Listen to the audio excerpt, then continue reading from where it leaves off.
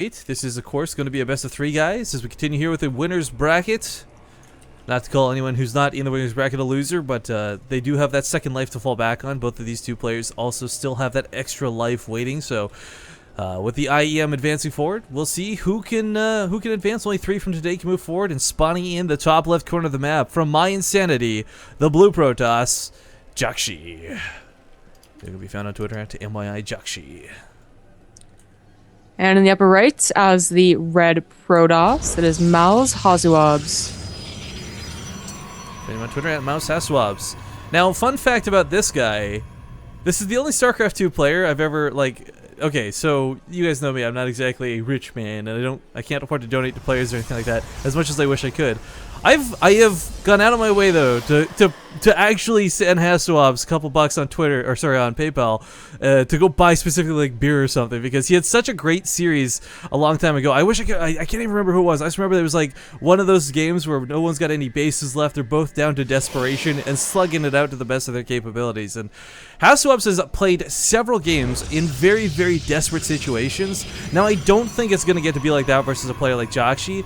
But if there's one giant nod I can give to Hasuobs, beyond the fact that he's got a pretty good pro career, it's the fact that he can be a really fun player to watch. Well, not that Jjakji isn't, mind you. I'm just saying. I've had a lot of the few times I've gotten to cast Hasuobs, I've never been let down. well, Jjakji finally will be going into that Reaper opener, as we're so accustomed to seeing. Getting a good scout off is absolutely key in TVP. You want to keep that alive for the later scout as well. These positions, I don't know. I don't think it's really not that important in PvT as opposed to PvZ. Yeah. So I mean, it's like, on one hand, Jjakji can drop into the main a little bit better, and the third's going to be a little farther away for Hasuobs. But on the other hand, any counterattack's going to be immediate from Hasuobs, so you got to be careful. Yeah, I mean, that's the scary thing about this matchup, though, right? Like, as a Terran player, you can feel like you're doing so well. You can cause a lot of damage, and then suddenly you realize, like, oh, he's got, like, 19 stalkers, and I don't have 7 bunkers. Like, I can't hold off this counterattack. Yeah. I do like the positioning of this pylon, by the way. Not only is this, like, a good place for hiding tech if you're going to do it, but more importantly, it scouts medevacs much earlier. It is so back there. That's got to be for tech. Like, it is tucked away. Yeah. I wouldn't be surprised if this was an Oracle opening, though. It's kind of a standard thing to do in Europe right now, more than any other region, but still, it's a strong opening. Charge Lot Teleport does seem to be the ultimate go-to. Like, it's just the best way to play out the mid-game if you can get there, but for now, Josh, you can try and get a scout off. Will he see that sneaky pylon? No, he does not. Actually, another thing that's kind of scary about this one, too, is if he gets in here to scout and sees the other pylons, but it's like, wait, where's number 3? He might suspect it's a proxy when it's not. Just a small scouting mind game, I guess. But Jjakji's hiding an SCV down here. I'm a little bit curious as to why. There's not a lot of proxies you can really pull off as a Terran player. The only proxy you really have is the Widowmine drop. But I think that's just for scouting. Yeah, probably. I mentioned to try and sneak the SCV back in later.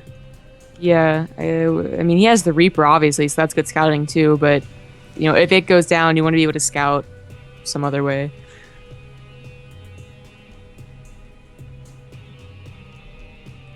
Oh, gonna poke the natural again. Nice thing about seeing the natural bases, knowing that there's not a 4-gate coming your way most of the time. Reaper does need to go check out that Stargate, though. I mean, he doesn't know this is coming, but as we said, brought up multiple times in other games, too, I love the way Jjakji opens versus Protoss, where you go for that 1 reactor, 1 tech lab. You get your stim at a very quick timing, but you've also got the Marine production to get that magic number of 6 versus the Oracle. Yeah. It's very, very important. These are going to stop an Oracle from the main base. He doesn't have enough to cover the natural too, but very soon he will. So he's pretty much covered for that, especially at this timing too. Like if it was the 530 Oracle, then obviously he's a little bit more trouble, but seeing the Nexus, that's not going to be the case. I know you didn't see it earlier today, but I cast a game of Tassadar versus Hart where pretty much exactly that came into effect, where Hart had to leave. He just had 1 too few Marines and couldn't get his production up to keep up that Oracle count. So I mean, it might just seem like we're kind of brushing it off as whatever, but this is actually critically important that Jjakji has this production. It is. I mean, that Oracle, if they do a lot of damage with the first one and the second one does a lot of damage, they go ahead and they make a 3rd and a 4th. Like, no problem. They feel no remorse.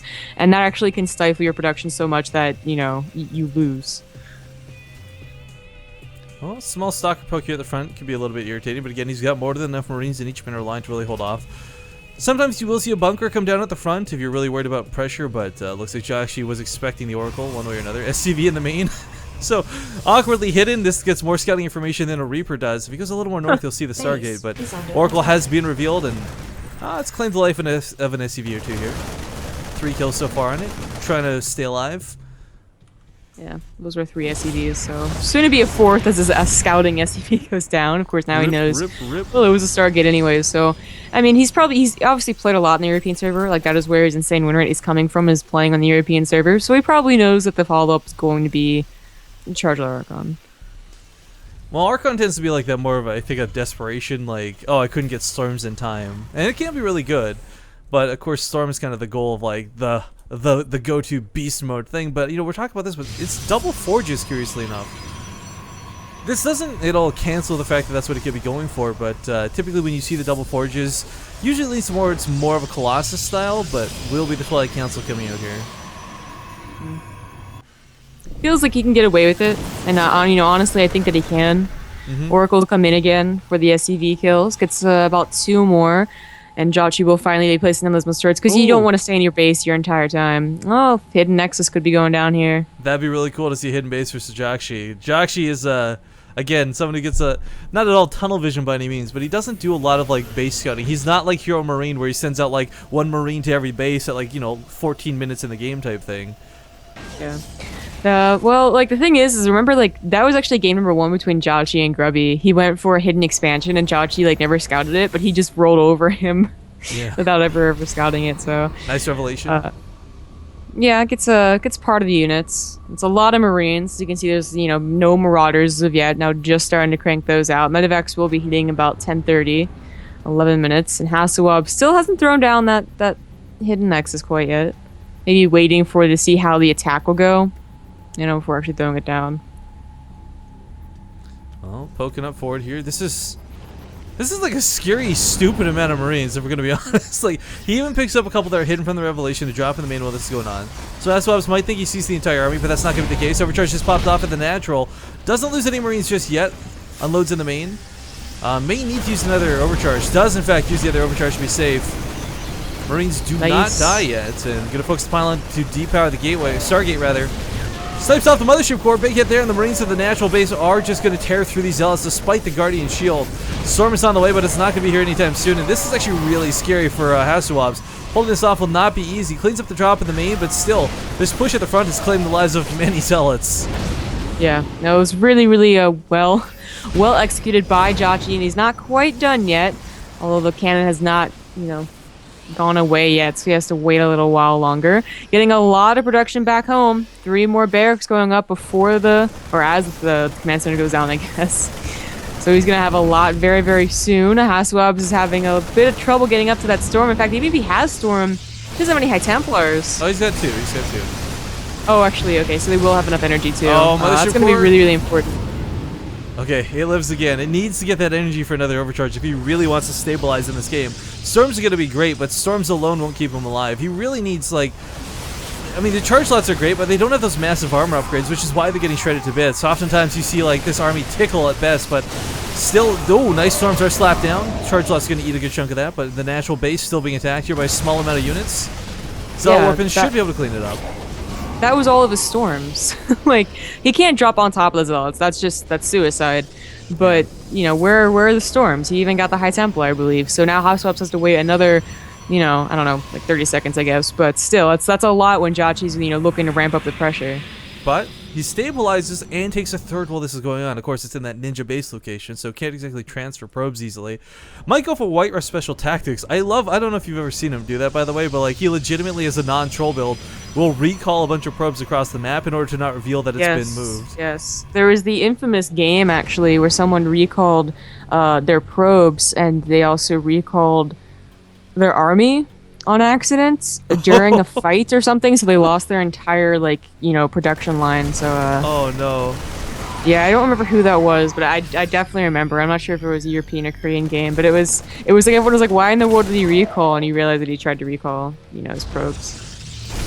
Well, 2-2 finishing up here in just a second for for Hasuobs. Sorry, try not to call him Vortex. To just read Mouse, and it's like, oh right, that guy. But 2-2's on the way for Jjakji. He's not at all super behind on the upgrades, but of course as a Protoss player, you're always going to be a little bit further ahead. Medevacs are going to unload here in the main. This is a great spot for a Storm to go down. They are incredibly choked in there. Almost gets the Medevac too. There's still an Oracle alive too to add a little bit of damage if necessary, but drop outside the natural base. For Jjakji, he's got to be careful. Like, he might think he's getting ahead, but again, let's not forget, Hasuobs does have that third base down here in the bottom left corner of the map, hidden and mining. You know, around maybe 16, 17 minutes, if Jjakji doesn't see a third, well, actually, Hasuobs going for the super greedy fourth, then he would have checked for a third. But because Hasuobs is getting that fourth, it's very possible that Jjakji never scouts that hidden third. And that's going to be a big problem. He's going to think that he's so, well, maybe not so far ahead, but he's going to think he's farther ahead than he is. He does back off for now. The aggression has lit up. This is usually a time when you start thinking, you know, when it's no longer just like attack, attack, attack. You're like, okay, what it could be doing that he has such a good economy? Unfortunately, as you said, Jjakji not really the type of person who sends those Marines out everywhere. Oracle's going to try and get in here. Does tag the army with that revelation, so it gets an eye on what's going on. It's really, you know, it's not so much about hitting the Marines and the Marauders as it is getting those medevacs, knowing exactly where, what, when, why the army is going to be dropping at you. Templar are in full retreat, and there's a hell of a lot of medevacs. Storms are not going to be the most effective things unless you can start taking some of these out with some feedbacks. Huge Zealot warping, though, here towards the west half of the map. Will run into the natural, or third base, as well as the natural. Yeah, there's the reinforcements are plenty enough. There's actually a lot coming down from the barracks. Focus on the bunker, I guess. The empty bunker awkwardly sitting there. Looks like he's dropped towards the main. Is going to kill the Phoenix. I kind of like the idea of getting some Phoenix out, actually. This will help snipe off some of the medevacs. Phoenixes fill that role that Mutalisks do where they really just keep them from dropping, but Ghost's on the way. Mobius Reactor finish up here in a second's time.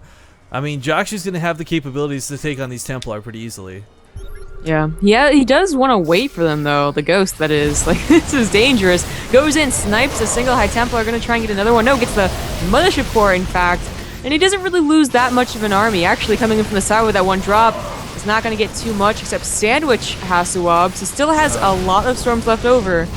You know, these two cannons are actually going to be fantastic for this fight, too. People do, of course, underestimate the power of cannons, but they do hit pretty hard. They do hit pretty quick. But for Jjakji, again, with so many medevacs, I feel like these Storms are really not that big of a threat. It's kind of like massive fungals, right? Like, if you got enough medevacs, the damage is somewhat nullified. But, you know, so that's a dodge out of them. They do hit pretty darn hard, and there's an Archon in this army here for some area of effect. No energy on this Mothership Core, freshly made, so no time warps or anything available. Double Storms are really nice in position. They will back up into this, gets a couple more kills, and this army is taking those hits. But as stated before, there's so many medevacs. It's not exactly the scariest thing to deal with. The huge Zealot run by here into the third base once again, going to try and get some SCV kills with these Zealots. In fact, he is getting quite a good amount of kills here. Ghost's going to try and clean this up with these Marines. Unfortunately, will not quite clean this up this first round. Yeah, the second one will get it, but that is very effective harass by Hasuobs. Can he survive the front, though? Jjakji is so low. I don't know. There's no storms. If there was a couple storms here, they come from the main. Can they slap this down? Army, of course, got some time to heal up between them, but eating these storms in quite a big way. Looks like the Archons will be able to push this back. A couple snipes go off, but not enough energy for EMPs. One Zealot from behind is going to force a pickup. These medevacs are starting to crumble. Hasuobs holds that actually really nicely. No problem. That looked really scary for a moment for him, I'm not going to lie. The problem right now is that Jjakji is like, well, I didn't get the third, but at least he's still on 3 bases. No! Completely wrong. Hasuobs is at enough time at that secret base probes. to actually... Yeah, that's actually a really high number of probes, and he's still producing more, so... He is like a booming economy, and Jjakji just, you know, he's like, what is going on? Why does he have so much production? Probably he's probably used to a Protoss, you know, maybe folding by now, as opposed to actually, you know, sticking strong. We do see that Colossus transition is also into effect, something that Jjakji is not going to be prepared for. That's what I was going to talk about with Hasuobs earlier, guys. Like, he's a player who does things like the hidden bases. He does crazy things to stay in a game, and like I said, never really been disappointed. Glad he's able to keep this so strong. More cannons coming down. I mean, cannons are not exactly the most stable form of defense, but they add a certain layer that does help you stay in this game. Now on 3-3 upgrades, I mean, Hasuobs is looking to be pretty good to take an army fight. He really needs to get this Colossus out as quickly as possible, though. Thermal Lance is going to be a little bit delayed here, but not by so long that it really matters. Overcharge is popped preemptively. And I love all these random cannons to help snipe off some of these Ghosts. Unloads a Ghost to go for an EMP on the Storms. Doesn't quite land it, but the Colossus are now in the front lines. Oh, this is not looking good for Jjakji. Just no Vikings whatsoever, no, but Colossus walks free in. Colossus. Thank you very much. Yeah, walks into the arm. We got snipes going off like crazy. We got storms going off left and right. Not a lot of EMPs left. Snipes going off as much as he can. Colossus is seconds away from having extended thermal lance, but unfortunately, it looks like Jjakji will be pushed back one more time. Yeah, just the amount of warping of zealots that Hasuobs has might be enough to hold on to this game. His, that big tech, he is running out of it. No more High Templars, or ones that actually have enough storm energy, that is. He's got one. Oh, there's actually one more. And there it goes. That's it. The Colossus is the only thing left over. They do have the extended thermal lance, though. Jjakji's starting to reduce those Vikings. He really wants to get this third, but that doesn't even matter because Hasuobs has another one. Well, I mean, it will matter. We'll cut into the economy a bit, but you're right. It's not like game-ending damage. These medevacs are so darn low. Oh my god, there's still so many of them available. But now pumping on Vikings. Hasuobs not going to quite get as many free kills with the Colossus. And again, the cannons coming down. A lot of these cannons, they might look like a bit of a waste, but they're afforded. This is the advantage of having this hidden base still mining. Yeah, it's not looking too great for Jjakji, but he's still in this. I love the Phoenix coming out. This is something you usually see as a bit of an opener rather than like a late game transition, but this will work out really nicely, especially when you consider so many of these medevacs are incredibly low. Quickly sniping these off for Phoenixes will not be a problem. Yeah. Drop in the main though will be. Oh, this is really nice. I thought there was a ton of defense there, but I guess he moved it at some point. Didn't actually get too much done. Gonna get that medevac. So Phoenixes still are going to be great at zoning out these Vikings, guys. The storm does get slapped down top of these medevacs. They won't quite die, but it's still incredibly low. A couple graviton beams even going off. That's kind of cute. Yeah. Jjakji, for the first time, though, is, he's going to start having to give up ground. Hasuobs has been kind of fortified around the third base, unable to move out for the entirety of this game. Now he's got some probe strands around the long part of the map towards this base. Looks like he'll be trying to expand once more. Okay, finally Jjakji throws down. Oh, never mind. That's another starport. Where is the command center? Where's the fourth command center? At this point, I think he's just gonna give up on the fourth command center idea and lift off the main orbital. When he wants to take that fourth, because he's not gonna end it anytime soon. That is false. If he tries, if he thinks he's gonna do that. I mean, the thing is, even though he doesn't know about this base, the reality is he knows that he hasn't been able to crack Hasuobs, and the fact that this base is still going strong. Okay, Jjakji, I think. What's he doing here with the Marauders? Does he know? Okay, he's searching, but he's not actually rallied into the main part. These zealots may have actually just given away that the base was there, when otherwise Jjakji may not have found it. Yeah, maybe. Oh, Drop gonna kill quite a few probes over here. Picking off the that just helps Hasuobs, honestly. Because he was at 85 probes. Way too many. Alright, a couple zealots gonna try to run to the natural base. I like these attempted run-bys. Would love to see a Warp Prism, honestly. Like, a Warp Prism in the main could be really good right now, because Jjakji's had so much of his army everywhere else. Did he not see it? Scout that secret one. Oh my god, he got so close, too! It's like, is it almost mined out? No, not quite. He checks the bottom right! He checks the bottom right, but not the bottom left! Oh, come on, Jjakji. It might not be almost mined out, but the gas is going to be going for quite some time, and that's actually going to be quite critical, because as a Protoss player, your high-tech units, the Colossus, the Templar, these are all very, very gas-intensive, very gas-expensive units. Yeah. Jjakji also is not on 3 armor. I think he forgot it. At first I thought he just didn't have enough money, but maybe now he forgot it, actually. So that's going to hurt. Hasuobs has been 3-3 for quite a while. I mean, it's not going to affect the storm damage, but you're right. It's going to, for everything else, sometimes that one extra armor is the difference of living and dying. But I can't believe Jjakji, oh my god. When you look at his vision right now, he did scout down here earlier, so maybe he looks and thinks, okay, I scouted this recently. But that's not the case at all. He only got up to the top of the ramp. Up